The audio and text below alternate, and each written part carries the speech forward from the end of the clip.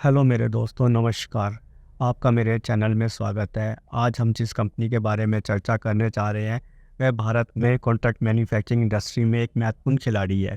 इस कंपनी की स्थापना 1984 में हुई थी और 1988 में इस कंपनी ने न्यूट्रिशन फूड प्रोडक्ट करने का काम शुरू किया था। आपने बचपन में फैक्स के बारे में सुना होगा या उसका सेवन भी किया होगा। यह ब्रांड इस कंपनी का ही था। हालांकि अपने मुख्य ब्रांड फेरेक्स की बिक्री में गिरावट के कारण कंपनी को बहुत नुकसान का सामना करना पड़ा था। 2013 में इस कंपनी ने अपने बिजनेस मॉडल में बदलाव किया और 2014 से इस कंपनी की ग्रोथ की कहानी शुरुआत होती है। 2020 तक इसने पूरे भारत में अपने 9 मैन्युफैक्चरिंग प्लांट स्थापित कर लिए थे। कॉन्ट्रैक्ट मैन्युफैक्चरिंग के साथ साथ इस कंपनी के कुछ अपने निजी लेवल भी हैं। इस कंपनी के पास बहुत ही स्ट्रॉन्ग ब्रांड प्रेजेंस है। आप इस कंपनी के बिजनेस को समझे तो आपको पता चलेगा कि इस शेयर में कितनी पोटेंशियल है। अब देखते हैं इस कंपनी के किन प्रोडक्ट्स में ये कंपनी किन प्रोडक्ट्स में डील करती है। आप इस कंपनी के प्रोडक्ट्स को देखकर हैरान रह जाएंगे। फूड एंड बेवरेजेस की बात करते हैं, snacks, dairy and food, packaging food जैसे कि आइसक्रीम की बात कर ले, ग्लूकोज पाउडर की बात कर ले, सूप की बात कर ले,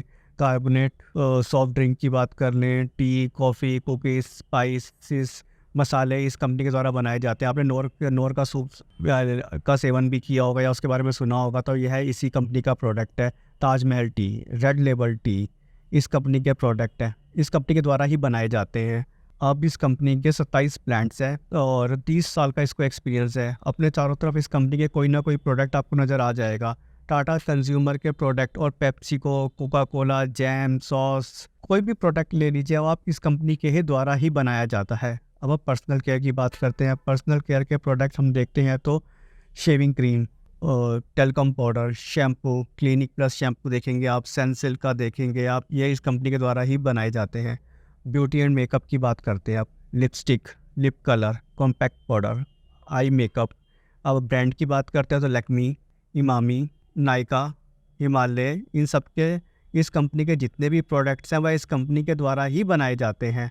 होम केयर की बात करें तो लिक्विड डिटर्जेंट की बात कर लेते हैं आप, फैब्रिक कंडीशनर की, ग्लास क्लीनर की, टॉयलेट क्लीनर आप देखेंगे, Wheel, Vim, Harpic, Surf Excel, Godrej, Rin इस कंपनी के द्वारा ही बनाए जाते हैं। हेल्थ केयर की बात करें तो आपने स्टेपसिल, आपके सिर में दर्द होगा, आज की डेट में हर एक के सिर में दर्द रहता है। सिर दर्द की बात करें तो स्टेपसिल, आपने ये सुना होगा। मूव, आहो कमर में दर्द, मूव लगाएं। कहाँ से आता है ये इसी कंपनी का प्रोडक्ट है।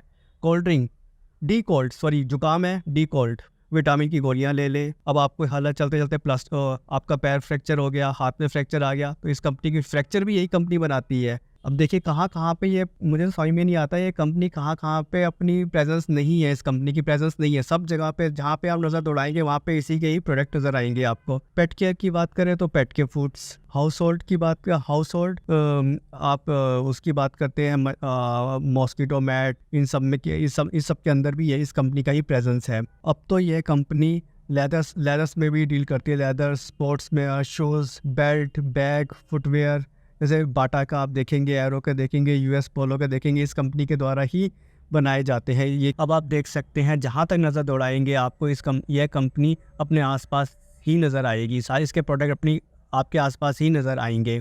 अब आप देख सकते हैं भारतीय एफएमजी सेक्टर के 2025 तक 8.5 CAGR से बढ़ने की उम्मीद है। इस कंपनी के हम गुड पॉइंट्स की बात कर रहे हैं तो आप देख सकते हैं। और अगर हम नेगेटिव पॉइंट्स की बात करते हैं तो एफएमजी सेक्टर में कंपटीशन बहुत ज़्यादा है, जिससे प्रॉफिट और मार्जिन बहुत कम हो जाता है। और इस सेक्टर के तहत डेली कोई ना कोई नया खिलाड़ी आता रहता है। हिंदुस्तान फूड्स को आगे रहने के लिए लगातार नया करने की और ख़ुद को सबसे अलग करने की ज़रूरत है। और सरकार का भी बहुत प्रेशर रहता है, इन्फ्लेशन प्रेशर, मतलब कि रॉ मटेरियल के कभी रेट बढ़ गए, कभी कम हो गए, पैकेजिंग, इन सब से इनका प्रॉफिट और मार्जिन जो है स्क्वीज़ हो जाता है। अब हम इसके फाइनेंशियल की बात कर लेते हैं।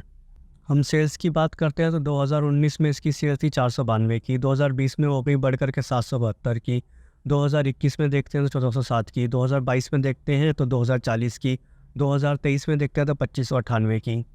देख सकते हैं आप सेल्स इसकी कैसे दिन पर दिन बढ़ती ही जा रही है। और नेट प्रॉफिट की बात करें 2019 से 12 का था, 2020 में देखा तो 22 का हो गया, 2021 में 37 का, 2022 में 45 का, अब 2023 में 71 का।